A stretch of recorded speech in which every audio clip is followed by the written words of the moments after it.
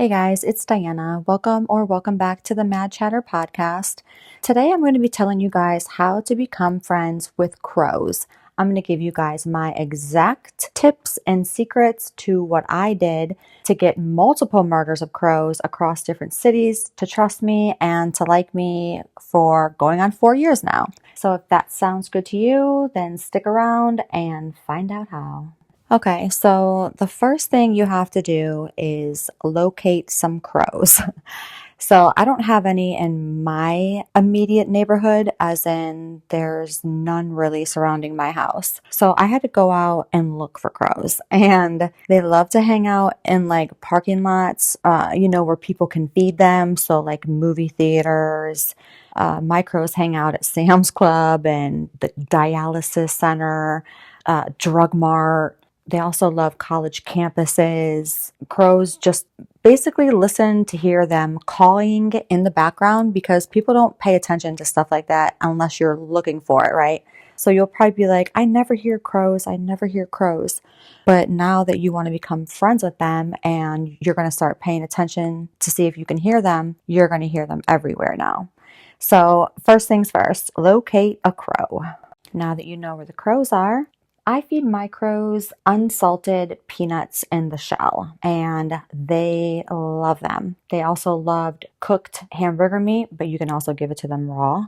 They love, most crows, I should say, love cat food or dog food, but my crows do not. They do not like it for some reason. They're like, no, we don't want to eat this stuff. I mean, I have had a couple crows in different cities eat like smaller kibble cat food, I guess, but they're not really crazy over it. I have found that the crows that I have fed most like the peanuts unsalted in a shell, hamburger meat, boiled eggs, hard boiled eggs, and I crack them. I crack the eggs for my crows and, so they can get to the yolk because that's their favorite part. You don't have to take the shells off. They can break it with their beaks, but I treat them like they're babies. So I take the shell off for them and then even like break the egg open so they can get right to the yolk. It's so cute. Like the first time I ever gave it to them, they were like, whoa, what is this? You should have seen them when I gave them hamburger meat, though. Oh my God. I've given them like rotisserie chicken, anything. I mean, because the thing is that crows are scavengers, right? They will eat anything. They're known for eating dead stuff. They're known for eating whatever. But my crows are kind of picky, so I go with the peanuts. You guys can find what your crows like the best. You can look up stuff online that they might like too, but those are the things that I would stick with first. Definitely, if you guys have like a rural king around you or something like that, go there and get some peanuts because normally they're $6 for a 5-pound bag, which is a steal because if you try to get them on Amazon or something, they're like $35. Like, what? I love my crows, but damn. So if you guys have a rural king around you, go there and get you some peanuts. I carry bags of peanuts around with me in my car because I'm always driving through different cities for work because I own a pet sitting company. So I'm always hearing crows. I'm always looking up in the trees. I'm always trying to find them. And when I do, I immediately pull over. I do my little call that I do for them. And yeah, they fly down. Even crows that I've never met before. I'll know that I've never met them because I'll be in an area that I've never been in before, or they behave differently than my crows do. So I know that these aren't actually like my crows. But crows are social learners. So crows teach their kids and their family members and other crow communities when they roost together, they're social learners. So they teach each other stuff. They tell each other stuff. They communicate like, hey, there's this lady. She has peanuts. You don't have to be afraid of her. She'll do this call to you and you'll know it's her. Remember her car, remember her face, blah, blah, blah. And I swear to God, like they really do that because I've gone in different cities and I've did my call and they have came down to me and I'm like, whoa. I'm also going to tell you guys what my exact call is at the end of this video so you guys can try to do it too or make up your own. But I use the same exact call every time I see my crows. even if they're already there, I still do the call before I put the peanuts down because then they associate it. You know what I mean? Okay, I hear the call and then I get peanuts. So if they're far away somewhere and you call them, they know that they're going to get peanuts if they come. So always do the call. But do not ever use a crow caller. Do not ever use fake crow decoys in your yard if you're trying to get them to come to your yard. Take it from me firsthand. It will confuse the shit out of them and they will not like you. Okay? This happened with crows that were actually kind of in my neighborhood. I maybe could have made friends with them, but I messed up with bad information when I first started off and I got a crow caller and I was calling them and it was doing like different ones, like distress calls, and I didn't know what the F any of that meant. I had fake decoy crows in my yard, and they're probably like, who is this lady that has these crows captive and they're doing distress calls? Yeah, man, one time they flew over like where I was when I was doing that crow call, like 7 or 8 of them, and they were freaking out. And those crows to this day still don't mess with me. They will not mess with me because I confuse them with that, and I don't blame them. So regardless of what you hear or what you read other places, do not use a crow caller or crow decoys unless you want them to think that you kill crows because that's what they're going to think. They also say that crows love shiny objects, and while that may be true when it comes to them bringing you gifts, if that ever happens, which it's pretty rare, but if it ever happens, they may love shiny things for that reason. But I tried to also do shiny things in my yard when I was trying to get crows to come to my yard, and I feel like the glinting, like from the sun, like glinting off of whatever shiny object you have out there. Like I read this stuff like, oh, put a CD out there, like an old CD or like a metal water bowl. So I did, and like the sun would like glisten off of it and like make all these flashes, and I'm like, what if the crows are afraid of that? What if they fly over here and they're like, why does this bitch have like a disco ball going on in her yard? So they never came. I don't know if it was for that reason, but I'm just telling you, like all the things that I did, they were wrong. They were wrong. And I figured out what works. And like now my crows fly down to me and they'll be within like 6-7 feet of me. And it's wild. It is wild. And it's funny because they have such big personalities that like the one that flies down to me, I call him Capo, okay? Because I call them the Corleone family, okay? I'm the Don. I am Don Corleone. I am Don Corvo.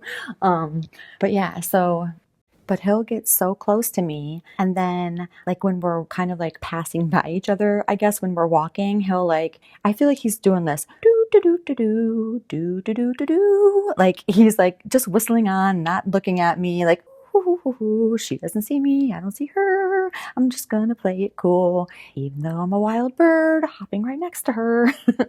I don't know, that's just what I think, because like I think it goes against like their natural instinct to run, to flee, to not trust me. You know what I mean? So I feel like he kind of has to hype himself up like, do, do, do, do, do. I'm just being normal and walking. Dee, dee, dee, dee, dee. She doesn't even see me.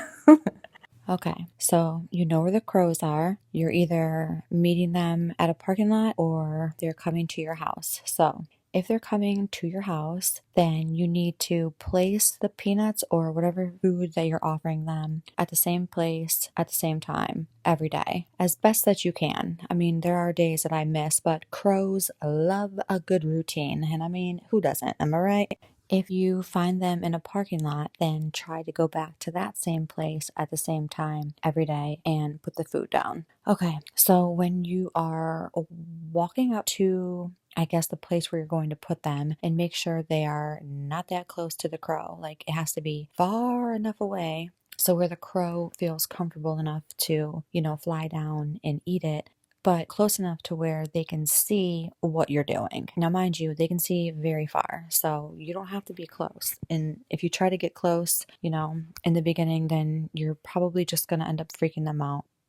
Now, as you're walking over to the place where you're going to be placing the peanuts or whatever you choose, that's when you'll be doing your call. So whatever it is that you choose to have the crows identify you with every time, this is what you'll do as you're walking up to them. And then make sure that you get their attention. And they may act like they're not really paying attention to you, but they are. They are. They just want to make sure that it's not a trap. So just, you can make eye contact with them then if it's far enough away to where you really can't see their eyes, but you know generally where they are, then that's okay because you're just kind of telling them like, hey, this is for you, you know. But then when you like put the peanuts down, don't look at them or anything. And then just turn right back around and go in your house or go in your car. And, you know, you can stand there inside your house or sit there inside your car and watch them. So it is important to kind of like stay and watch them, and then they can see you watching them, and then they'll get comfortable with eating in front of you and stuff. So you can eventually work your way up to standing outside, you know, your house or outside of your car, but don't rush that because you'll only scare them away. If you come on too strong, they're just going to run, fly, whatever. They're going to flee because they don't trust you yet. Even though they took the peanuts, you know, and that's the thing, some of them might not accept them from you at first. Don't take it offensively, just keep offering it to them. You know, they're very, very smart. They're very smart, so they're very, very cautious. And if you keep at it, you can form an actual relationship with them, and they'll remember your face and they'll remember your voice, and they remember my car. I mean, I don't even have to call them anymore. They'll just see my car driving through and they'll just jump off a building and just fly alongside my car. And people probably think I'm like the Wicked Witch of the West, but I don't care. I think it's awesome and I love them. And I want you guys to have like the same experience with crows, you know. Now, the first couple times, the crows may take a while for them to fly down, and they'll probably first fly about 20 feet away and then slowly walk over to whatever you left them. And then they'll try to like kind of like crouch down and grab it real quick from the side with like the side of their beak and jump out of the way at the same time. You know, they want to make sure that this is not a booby trap and, you know, they're going to be able to get out of here safe. So they may do that the first few times, and it's actually funny. And that's another way that I can tell like new crows that I feed, because they'll like do like a little half jump away and I'll be like, oh, well, you're not one of my crows, because my crows know that this is the good stuff. But yeah, that's really cute. And then after a while, like I said, they'll stop doing that and then they'll get more comfortable, and then they might even crack the peanuts open right in front of you and eat them, or take them and cache them, which is just them like burying them in the grass. And like it's funny to watch. Like they'll start ripping up the grass and then they'll slam the peanut in there and they'll stab it a couple times with their beak, and then they'll rip up some more grass and some leaves and they'll throw it over the peanut. They do it so aggressive. I don't know why, but it's so aggressive. It's so funny. And that's pretty much all there is to it. So just, you know, watch them from afar, and, you know, while they eat, do it the same time every day. And I'm going to tell you guys now the call that I use, and you guys can do your own, but it's basically just talking kind of like in a sing-song voice, but super, super sweet, and making like a kissy noise. Okay, so I'm going to demonstrate it now. Don't be talking smack to me in the comments, but my niece makes fun of me already for this call, but this is what works, okay? So I say, hi, bird. Hi, sweet bird. Aw, that's my puppy bird. Do that clicking part because like that kind of mimics a noise that they make, because they kind of make like a if you get close enough and they trust you, or you hear them talking to their mates, they'll make kind of like a clucking noise, also kind of like a rattling noise in their throat. You're not going to hear that at first though, but they will call, and I CAW, like caw caw. Once you put the peanuts down, you may see one in the tree and they may start doing that. And don't think that they're like freaking out or yelling at you, because you will know if they're mad, because they'll be like, caw, caw. I mean, they'll sound like they're about to fight off a hawk. If they're just like, caw, caw, or caw, caw, caw, or whatever, they're just calling for their friends to come and eat. They're letting them know like, all right, she dropped the good stuff, come back. Okay, so back to back to the call that I use. So basically, I just do that over and over. So you can just make up your own. So I'm just like, hi, puppy bird. Aw, sweet bird. Here, bird. Hi, bird. Sweet bird. Hi, bubby. Okay, and that's enough of that. That is enough of that. But I'm telling you, I do the same thing every time. They know my voice, they know that call, and yeah, they will associate your voice and that call with the peanuts. So just make sure you do it. Okay, and I think that is it. If you guys like this video, please give it a thumbs up and comment. Comment back to me when these things work. When you guys try these little tips and tricks and they work, come back here and let me know all about your crows. And thank you so much for listening. Please like and subscribe if you haven't already. I'm a new YouTuber and it really helps my channel grow. So thank you guys so much, and I will talk to you later. Bye.